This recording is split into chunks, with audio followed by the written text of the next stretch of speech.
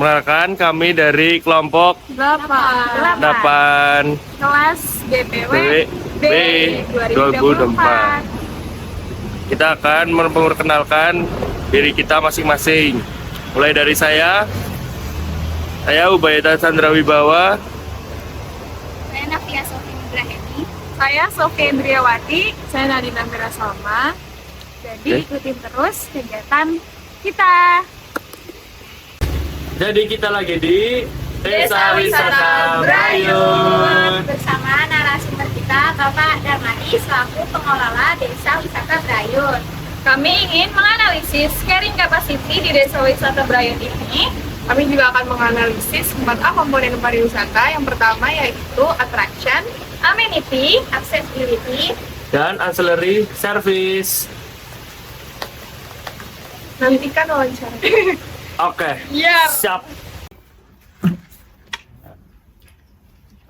Sebelumnya, perkenalkan kami dari kampus Universitas Gadjah Mada, D4, Bisnis Perjalanan Wisata. Oh, bisnis perjalanan wisata. Iya. Oke. Saya Nadina Mira Salma. Saya Sofi Indriawati. Saya Nafia Sofi Nugraheni. Saya Ubaydah Chandra Wibawa. Ubaydah Chandra Wibawa. Baik, Ubaydah. baik. Sandra bisa ya. Di sini kami akan mewawancarai Pak Darmadi Ya, tentang 4A komponen pariwisata. ya, Ya. Sama carrying capacity. ya. Bagus pas. Boleh perkenalan Bapak dulu. Oke, oke. Nama saya Pak Darmadi. Ya, kalau lengkapnya sih Aloysius Darmadi. Saya di sini sebagai Ketua Desa Wisata Brayun. Tapi juga sekaligus sebagai Ketua Pokdarwis Pesona Amarta Kaluran Pandorejo. Di Pandorejo ini ada 6 desa wisata yang sekarang sudah berdiri, dari yang tumbuh, berkembang, maju, mandiri. Nah, kita sudah mandiri. Terus desa wisata Brayun ini berbasis kearifan lokal. Artinya kearifan lokal itu memang sudah ada semenjak belum berdirinya desa wisata. Nah, ada kesenian, ada kuliner, persawahan, arsitektur rumah Jawa, terus lingkungan, pertanian, peternakan. Jadi memang sudah berjalan sendiri-sendiri. Nah, setelah menjadi desa wisata ya artinya paket-paket kita tidak jauh dari kearifan lokal itu. Karena apa? Akhirnya sekarang ini kita menjadi cost-nya kecil. Beda teman-teman desa wisata yang lain, kan mereka harus merekayasa lingkungan, membuat sekretariat, ruang pertemuan, jembatan, toilet dan sebagainya. Nah, kalau kita di sini ibaratnya tinggal mengemas saja, mendata apa sih yang harus kita jual paket-paket wisata, karena memang semua sudah tersedia. Bahkan di sini arsitektur rumah Jawa bisa dibilang masih paling lengkap, bisa jadi se-Kabupaten Sleman dari rumah Jawa ya. Dari Joglo, Sinom, Limasan, Kampung, Cerikanset, Limasan, Pacul, Dimas, ada semua. Jumlahnya sekitar 23. Dan itu salah satu keunggulan kita. Tapi masih ada yang lain yang menurut saya ini menjadi sebuah paket-paket wisata yang jauh menarik dibanding kita membuat semacam kayak outbound. Karena apa? Sekarang ini justru semakin unik, semakin lokal, semakin ori. Aktivitas itu justru malah menjadi daya tarik yang lebih kuat dibanding permainan outbound yang modern. Karena pertama kosnya kecil, kita mengemasnya lebih mudah, terus cara memandu juga lebih mudah. Bahkan ada beberapa paket wisata yang ibaratnya kosnya itu 0%. Kalau teman outbound enggak, mereka harus yang awal untuk bangun itu mahal. Nah, akhirnya dari bekal itu, kearifan lokal itu, akhirnya justru malah kita ini paket kita tuh setiap tahun tuh berkembang terus, bertambah. Kalau bahasanya ya sekarang kita ini tarafnya melakukan diversifikasi paket-paket wisata. Tidak lagi kayak dulu. Nah, dulu itu kan kita ibaratnya mengejar mass tourism. Kalau bahasa Jawa yang boleh tamu sebanyak-banyaknya. Harapannya kalau tamunya banyak itu uangnya banyak. Nah, ternyata dalam perjalanan enggak juga. Sekarang ini sudah kita buktikan bahwa dengan membangun pariwisata ini ternyata dengan tamu yang banyak itu serta-merta tidak menjamin pendapatan kita banyak. Karena apa? Bisa jadi tamu itu hanya kegiatannya tuh wisata desa, hanya kegiatan pagi, siang, atau sore pulang. Kalau sekarang kan enggak. Kegiatan itu sekarang sudah kita kejar adalah ada 4 hal. 1, setelah kita melakukan evaluasi dengan jumlah tamu di atas 7.000, dulu dengan pendapatan kurang lebih sekitar 150 juta setahun. Ternyata setelah kita evaluasi itu banyak hal negatif dari jumlah tamu yang di atas 7.000. 1, antara lain sampahnya menggunung, menakutkan itu. Kedua, listriknya habis banyak, airnya banyak, pengurusnya capek, karena ribuan. Kita harus memperhatikan banyak orang, sementara SDM-nya terbatas. Nah, sekarang udah ketemu sekarang kan caranya. 1, tingkatkan kualitas pelayanannya. Yang kedua, lakukan diversifikasi paket-paket wisata. Kalau bahasanya ya lakukan inovasi. Kita kerjasama dengan stakeholder yang lain, hotel, restoran, rumah makan, biro perjalanan, gitu, jeep lavatur, arung jeram, batik topeng, grebet, kasongan, gerabah, kerjasama dengan dinas pariwisata, polisi pariwisata. Nah itu akhirnya apa? Mitra-mitra kita itu menjadi pelengkap di kegiatan di Indrayut. Kalau teman-teman desa wisata kan setelah mereka kegiatan di desa wisata masing-masing pulang. Kalau kita di sini enggak, masih banyak hal. Nonton Barit Ramayana, Rambanan, Barit Ramayana, Pura Wisata, Malioboro, Keraton, Dinarjo, Jeep Lavatur, batik topeng grebet, bikin gerabah kasongan, ke Borobudur, nonton film erupsi Merapi ke Tepas, arung jeram di Sungai Elo Magelang. Nah kan masih dikawal polisi sekalian. Nah akhirnya apa? Kita mendekati, bahasanya mendekati layanan prima. Terus digenjot, tamu nggak usah banyak, sedikit nggak apa-apa, tapi 1, kegiatannya banyak. Karena apa? Tamu sedikit, kegiatannya banyak, lama tinggalnya jadi panjang, otomatis uangnya jauh lebih banyak dibanding kita sehari dapatkan tamu 1.000 tapi hanya kegiatan sedikit. Nah sekarang ini udah ketemu anehnya ya, tamu kita tuh sekarang sudah kita pangkas 50% dari jumlah kunjungan tamu dulu di atas 7.000. Sekarang maksimal kita kunjungan pembatasan tuh setahun hanya 3.000.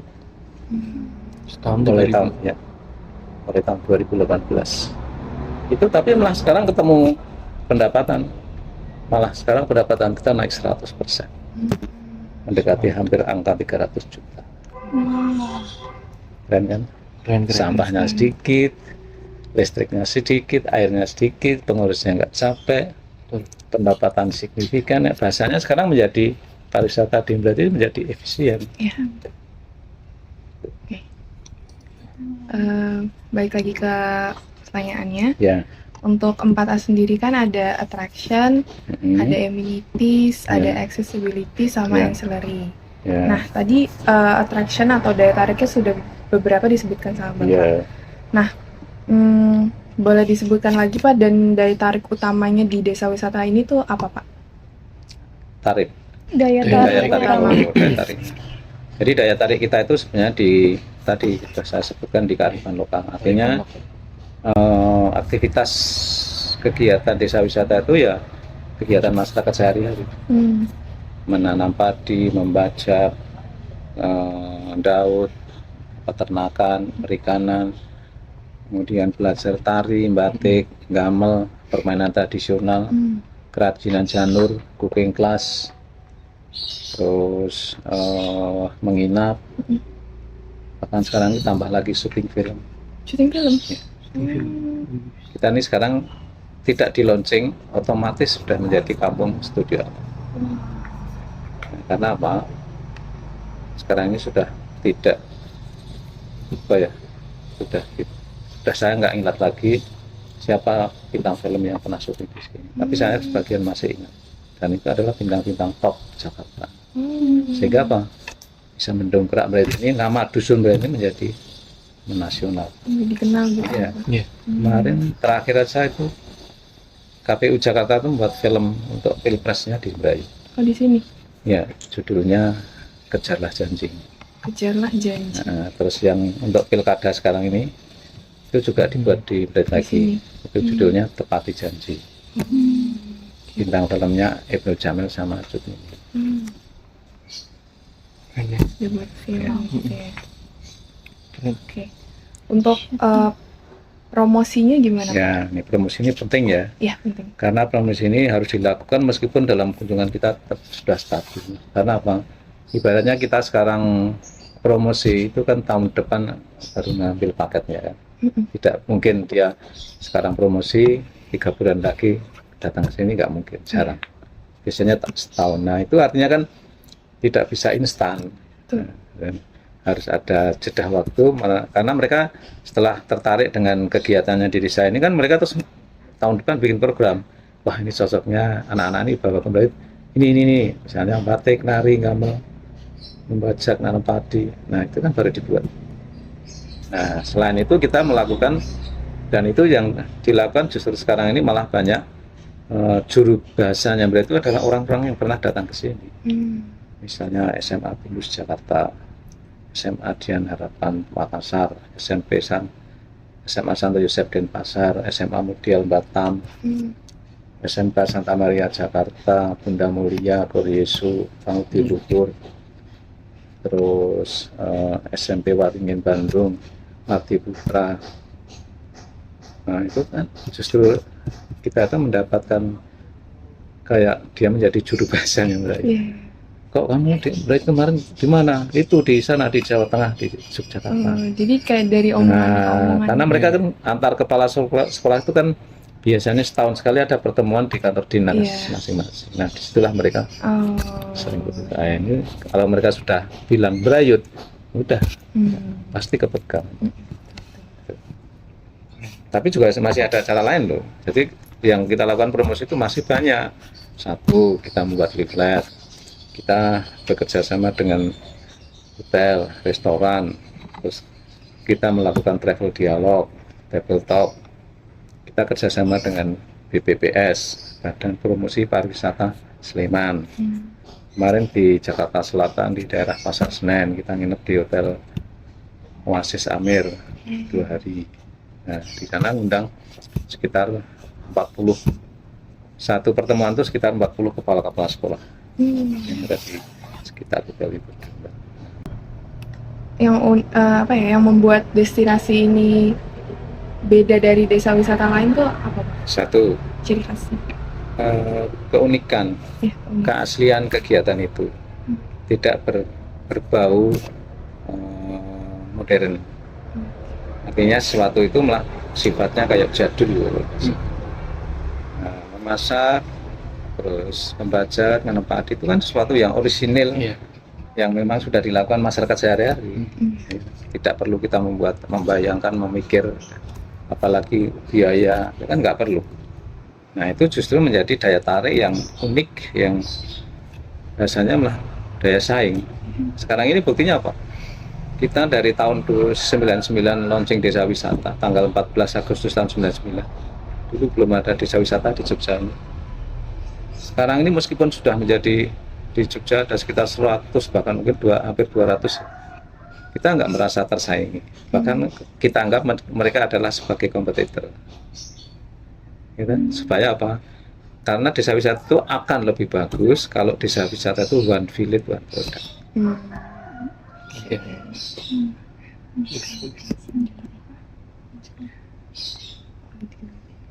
Kalau yang musiman gitu Pak, atraksinya? Kalau musiman sih kita ini apa ya? Musiman. Kalau musiman tuh ya misalnya apa? Kita kegiatan itu pertanian misalnya ya, mau kemarau, mau musim penghujan, mau musim nggak ada hujan sama sekali, kita aktivitas pertanian tetap ada. Karena kita di sini airnya melimpah. Ya meskipun itu kalau di daerah lain tuh musiman ya, tapi di sini enggak. Di sini berarti selalu standby, selalu ada, selalu siap. Arung jeram juga Pak? Arung jeram itu di Sungai Magelang. Dan kita tinggal bawa ke sana. Jadi ya itu, sehingga apa ya, kita selalu ready lah. Makanya seringkali kita juga sering dapat limpahan tamu yang mau masuk desa wisata A, tapi ternyata mereka nggak ketemu untuk kegiatan pertanian ya mesti masuk ke Brayo. Berarti itu yang paling dicari mungkin. Ya pokoknya yang lebih unik-unik. Nah, ada lebih Pengalaman. ya kehidupan masyarakat sehari-hari. Kita lanjut ke yang amenity. Jadi Iya. tadi udah dijelasin kan daya tariknya. Mm-mm. Nah, kalau untuk fasilitasnya sendiri tuh udah Ya. ada apa aja? Jadi gini, kalau memang desa wisata ini akan lebih bagus sekarang setelah menjadi desa wisata mandiri ya, itu kan harus kita persiapkan juga akomodasi, infrastruktur, itu sebagai sarana penyedia fasilitas. Meskipun desa wisata itu yang dijual bukan fasilitas, yang dijual adalah aktivitas, tapi tetap saja itu hal yang penting. Misalnya ada homestay-nya, sekarang homestay-nya sudah 20, kapasitas nanti maksimal itu 150. Akan kita coba dari SMP Negeri 1 Jakarta. Terus toilet penting itu. Nah, syaratnya cuma bersih dan rapi. Ini sudah ada di sini, ada 5, 6, 7, 8 sekitar sini. Terus listrik sudah, sarana promosi. Terus kalau sekarang ini sudah habis. Terus sekarang ini media promosi ditambah lagi dengan video TV, misalnya iklan UC, iklan Buku Bima, Grab. Nah, mereka syutingnya di sini. Meskipun mereka tidak menyebutkan Brayut, tapi di film itu akan ditulis terima kasih kepada desa wisata Brayut. Nah, kalau film itu booming, menarik, nah itulah nama Brayut itu berada. Jadi pada cari juga. Iya, buktinya yang iklan UC itu. Kalau untuk memastikan kebersihan dan pemeliharaannya itu gimana? Jadi pengelola di sini gimana buat masihin Ya gini, fasilitas itunya sebelum terawat? tamu datang itu mereka kalau mau nginap ya, semua homestay kita undang satu persatu. Kita siapkan mereka, kita sarankan untuk kesiapan mereka mengenai sarana dan prasarana, terutama yang nomor 1 toilet. Itu harus menjadi kunci ya, karena itu nanti perhatian tamu itu akan tertuju nomor 1 di toiletnya. Yang kedua nanti tambah lagi ada keramahannya, hospitality-nya, terus interaksi sosialnya, terus kulinernya. Nah, itu nanti akan menjadi daya dukung semua, itu akan menjadi terkait. Nah, kalau semua itu sudah berjalan sesuai rencana kita, ya udah, nanti tamu itu puas, nanti pasti tahun depan datang lagi. Sekarang ini kan kita sudah tinggal menunggu tamu repeat order saja. Kita mungkin sekarang ini sudah 30% lebih. Nah, nanti target kita tahun 2025 tamu repeat order kita itu 40%. Dari yang 3.000 tadi. Kalau untuk makanan dan minuman gitu berarti nanti orangnya datang ke tempat makan itu atau Ya, gimana? nanti minuman, makanan kalau dia misalnya makan di homestay 3 kali ya. Nanti yang menyiapkan homestay itu adalah Indoseman. Tapi jadwal menu itu yang membuat kita. Makan pagi misalnya nasi, sayur lodeh, tempe garit, ayam bacem, minumnya teh. Terus besok misalnya minumnya wedang seruni, terus hari berikutnya wedang minke. Nah, itu kan kebetulan di sini macam-macam minuman itu ada semua. Dan itu hasil dari pelatihan-pelatihan yang pernah dilakukan di Brayut. Berarti untuk akses internet juga di sini sudah. Dulu sudah. Ya, kalau di RT sana juga sudah ada yang pakai Disnet ya, di RW 29. Dulu di sini pakai Telkom, pakai WiFi ID. Tapi udah habis masa ini. Dulu 3 tahun. Selanjutnya itu ada akses menuju ke Desa Brayut itu seberapa mudah untuk pengunjung kalau akses. kita ini Kembre itu sangat dari arah barat Jalan Magelang mudah sekali, dari arah Jogja sangat mudah, dari arah timur utara akses sangat mudah sekali, dan bis besar itu bisa sampai di pintu masuk kampung. Kalau hanya bis kecil kapasitas 30 ke bawah itu bisa masuk ke sini. Tapi kita untuk mengantisipasi mengurangi polusi, terpaksa bis itu kita cegat di pintu masuk, nanti bisnya kita parkir di Joglo 4. Tamunya kita tarik ke sini jalan kaki kurang lebih 100 meter. Biar nggak merusak. Ya kan kita perlu itu juga kan, kita itu harus menjaga ekosistem, daya dukung lingkungan, carrying capacity, supaya apa? Pariwisata itu berkelanjutan terus. Jangan sampai menimbulkan efek akibat output yang tidak baik kan. Supaya tadi sustainable. Kan kita kepingin selanjutnya Kelanjutan. Kalau untuk mengelilingi desa ini biasanya pengunjung tuh jalan kaki atau ada sepeda atau sepeda motor? ada jalan kaki, Oh, jalan kaki. ada yang kalau tamu sudah nginep di sini ya otomatis jalan kaki. Paling mereka akan kadang-kadang minjem sepeda ontel milik Induk Semang kalau kegiatan ya, karena homestay kita yang paling banyak itu yang di RW 28 atau di sebelah utara. Kalau yang RW 29 itu hanya sekitar 6, yang sisanya itu di utara semua. Jadi agak jauh, kurang lebih 400 meter. Di Desa Brayut ini apakah sudah mendukung untuk pengunjung disabilitas, Pak? Sudah. Tidak hanya disabilitas. Kemarin itu kita dapat anak-anak yang IQ-nya itu di bawah 25. Oh, sulit banget. Tapi harus kita coba. Karena tidak semua desa wisata bisa melakukan itu. Kemarin ternyata juga jalan bagus. Kemarin dari Universitas Leiden itu kita dapat tamu kelompok total hanya pakai kursi roda. Perempuan. Di sini nginepnya 1 minggu. Berarti di Sama dosennya. Ya kita yang menjadi kalau mandi karena perempuan yang ngurusin mandi dosennya. Tapi ketika mereka acara di luar ya itu menjadi tanggung jawabnya desa wisata. Bahkan mereka tak ajak sampai atas puncak itu di Candi Prambanan lewat jalan yang sempit, kursi rodanya juga dinaikkan pakai. Saya minta bantuan satpam itu berapa ya, 6 kalau nggak 7 sampai Borobudur juga. Ada yang melayani berarti. Ada, wes layanannya Sudah. sangat bagus. Menerima ya berarti. Oh, sangat menerima sekali. Karena itu juga sama kan, mereka punya hak yang sama dengan orang-orang yang normal ini kan.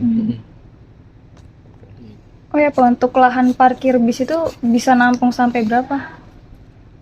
Sana 10 bisa, karena di jalan raya. Kalau yang di dalam halaman 24 sendiri itu bisa 1, 2, 3, 4, 5 kurang lebih 5. Dulu pernah juga 5. Tapi yang di jalan itu mau 10 pun bisa. Luas berarti. Iya, lebar dan luas di pinggir jalan. Kalau misalkan ini kan biasanya Bapak manggil-manggil warga sebelum ada yang datang. Tapi kalau misalkan sehari-hari itu biasanya kayak tiap minggu ada jadwal buat gotong royong kayak gitu nggak? Karena desa wisata ini kan kita berkolaborasi dengan masyarakat. Jalan itu artinya sudah ada yang nyapu masyarakat sendiri. Kalau misalnya jalan ini yang nyapu desa wisata, monumen itu juga desa wisata. Terus kalau jalan yang dekat rumah penduduk, otomatis yang nyapu yang paling dekat ya. Dan kayaknya di situ juga agak bersih lah. Artinya rotok bersih. Karena mereka sudah sadar, kan kita ini sudah menjadi desa wisata. Mau tidak mau, suka tidak suka, kita ini akan kedatangan tamu, pejabat, bahkan menteri bisa jadi ke sini kan. Jadi masyarakat harus siap, ready kapanpun. Nah, dan itu menjadi kalau bisa menjadi sebuah tradisi ya, bersih. Tradisi sehari-hari. Biasa. Terus ada lanjut yang keempat ada ancillary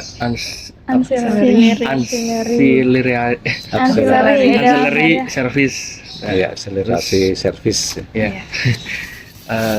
Sini saya mau nanya tentang ada tour guide gitu nggak, Pak? Tour guide-nya ya pengelola desa wisata. desa wisata. Ya dulu kalau tamu asing memang kita minta kerjasama dengan UNY dulu. Kalau sekarang udah nggak lagi. Artinya ya meskipun kita ini jelek kosakatanya bahasa Inggris, tapi kita minimal sudah berani melakukan sendiri ya. Tidak usah kita pakai. Sudah Berarti mandiri lah. warga sekitar Ya termasuk pengelola. Hmm. Pemandu. Karena mereka juga ada yang belajar bahasa Inggris sendiri di Kampung Pare di Jawa Timur. Istri saya itu juga bisa bahasa Inggris, bahasa Mandarin. Karena dulu pernah jadi TKW. Terus lanjut, ada layanan informasi gitu kayak peta, brosur, Ada. terus Ya artinya gini, kan panduan. itu bagian dari promosi kan. Iya. Yang kita siapkan tuh Instagram, dulu ada desa pakai WordPress, desawisata.wordpress.com, leaflet, terus leaflet yang dibuat profil oleh Dinas Pariwisata Sleman, leaflet yang dibuat oleh Pok Darwis. Nah, jadi semua itu kan menjadi pendukung ya. Promosi itu bisa dilakukan dari mana-mana. Tidak kena melalui desa wisata, melalui dinas. Tidak kena melalui dinas, pakai Pok Darwis kelurahan.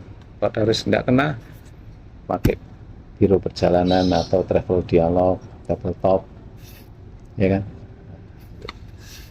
Jadi mudah untuk mencari. Iya, informasi. harus kan itu sarana yang sangat penting kalau itu. Oke. Saya juga nemu kontak personnya kan dari website juga. Oh iya, Jadi mudah untuk ya sarana untuk mempermudah iya, dan biayanya kan kecil, betul. pas jangkauannya luas, cepat, sampahnya nggak ada, kan ramah lingkungan. Oke, terus lanjut, ada layanan medis darurat gitu, kayak Ya, layanan ada. darurat terus medis di Iya, sekitar karena sini. kebetulan di sini gitu ada dokter spesialis bedah plastik.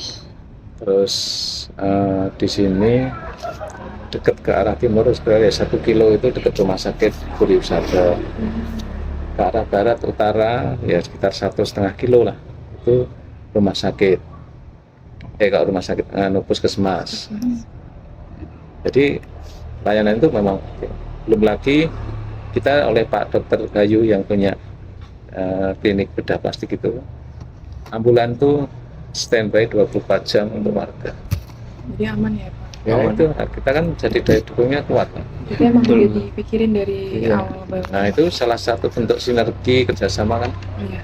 bahwa desa wisata itu sebenarnya nggak punya apa-apa, yang punya itu justru masyarakat.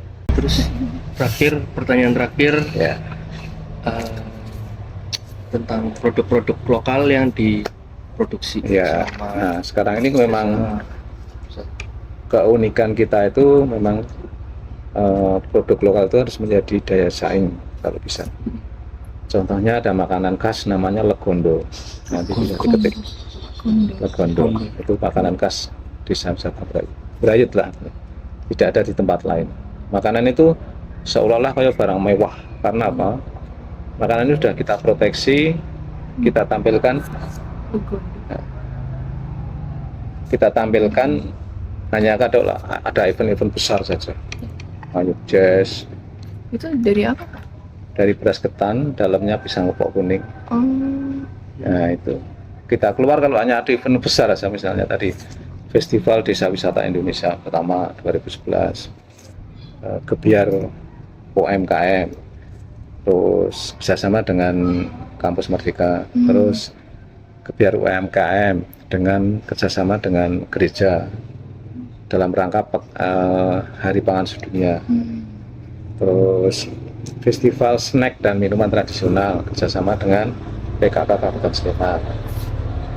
Terus kita punya minuman khas namanya Wedang Seruni. Kita punya minuman khas namanya Wedang Minke. Tadi disebutkan berarti udah diterapkan carrying capacity-nya Pak? Iya sudah sejak tahun 2018. Oke. Cara ngelola carrying Ya dari itu kampung kan kita kalau sudah mendekati angka 3.000 kunjungan sudah kita tutup, Oh begitu. sudah kita alihkan Karena yang kita kejar sekarang nggak lagi kayak gitu. Oh iya, bagaimana destinasi wisata ini mengontrol jumlah pengunjung biar nggak tadi yang ramai itu Ya, jadi gini. dikontrol? Kan kita dulu tuh pernah mencoba tamu tuh satu kunjungan tuh sekitar 350 orang. Dengan SDM yang terbatas, yang jumlahnya juga sangat terbatas, itu kan artinya layanan kita menjadi tidak maksimal.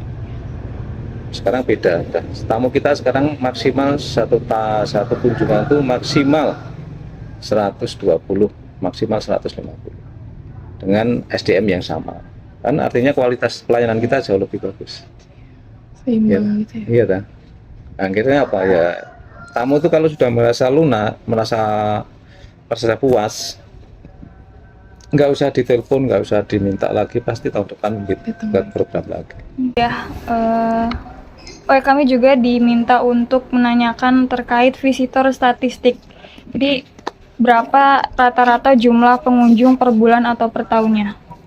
Kalau sekarang ini kan sekarang kita maksimal 3.000, berarti 3.000 dibagi 12, kurang lebih berapa itu? 3.000 dibagi 12, berarti sebulan 120. 250. ya. Yes.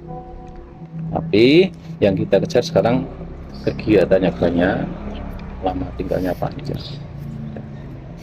supaya tadi outputnya itu supaya sampahnya sedikit, pengurusnya nggak capek, listriknya juga sedikit, airnya sedikit, supaya apa, kosnya murah. Selanjutnya, apakah ada data statistik buat jumlah pengunjung setiap hari, mingguan atau bulanan? Kalau yang buat statistik itu nanti dari dinas. Karena sekarang ini setiap bulan sekali kan kita diupdate terus dikunjungi tamunya dari mana, terus nanti tapi statistik itu se-Kabupaten Sleman nanti akan ketemu, oh desa wisata A kunjungan statistiknya ini stabil, turun atau naik ya. Terus kan yang kita kejar sekarang sudah nggak lagi jumlah kalau di Meret ini. Persentase wisata lokal dengan atau wisata domestik atau sama internasional, Ya, itu perbandingan. kalau kita memang pernah mencapai angka kunjungan setahun itu hampir 300 dengan tamu asing. Kalau sekarang ini ya 300. hampir 300 tahun.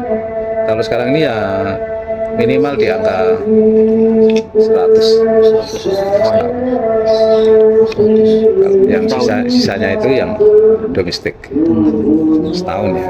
Itu lebih banyak domestiknya ya? Karena setelah pasca COVID ini kunjungan tamu asing juga sudah mulai pulih, tapi tetap masih keren, trennya waktu naik terus itu waktu sebelum COVID. Kalau dibandingkan sama yang dulu berarti lebih. Iya lebih. Nah, kalau sekarang ini persentasenya jadi ya agak turun sedikit karena apa? Nah, kalau dulu kan di atas 7.000, nah, jadi persentase tamu asing kan lebih banyak. Kalau sekarang kan hanya 3.000, persentase dari 3.000 kan lebih sedikit. Otomatis lebih. Iya kan, karena sekarang udah nggak kejar lagi jumlah kan. Ya. Jadi udah disebutin banyak banget yang positif-positifnya. Nah, menurut Bapak sendiri untuk tantangan dalam mengelola desa wisata ini tuh apa, Pak? Nah, sekarang tantangan yang kita tidak sanggup melawan sendiri. Satu, setelah kita menjadi desa wisata yang terkenal seperti sekarang ini, kita diekspos oleh media, TV, koran, media sosial, film, ya kan? Itu banyak orang yang punya duit banyak, kepingin berinvestasi di sekitar mereka. Nah itu yang akan membuat kearifan lokal kita akan menjadi terkikis. Sekarang siapa yang bisa melawan mereka? Paling yang bisa, bukan melawan, bisa mengurangi kecepatan pengikisan itu adalah regulasi dari Pemda dengan menerapkan, oh ini lahan hijau, ini lahan kuning, ya. Oh ini nggak boleh untuk bangunan, oh ini khusus untuk pertanian. Nah itu kan mereka, ya kan? Kalau masyarakat tuh diiming-iming uang tuh pasti ya siapapun pasti kepingin. sampai sekarang pun kita itu masih bisa mempertahankan ya. Mungkin di tempat lain udah nggak ada ya. Warga Gambir itu masih punya lahan pertanian itu sekarang itu 29 hektar. Coba kamu cari di Sleman. Mana dusun yang masih punya lahan 29 hektar? Nggak ada. Kita masih sekarang masih punya. Masih menjaga berarti. Nah, berarti kan masih warga kita masih keren, toh. Iya. Sekarang harga tanah di sini bisa sampai 3 juta. Nah, 3 juta kali 29 hektar berapa miliar coba? Banyak. Itu banyak. Padahal 1 hektar itu 10.000 meter persegi. Yes. Padahal Nah, itu kan, untuk makan. iya kan berat itu tantangan kita itu yang paling menurut saya nggak bisa. Karena itu tanah itu hak milik pribadi. Milik pribadi kan. Nah, itulah tantangan yang paling berat. Baik.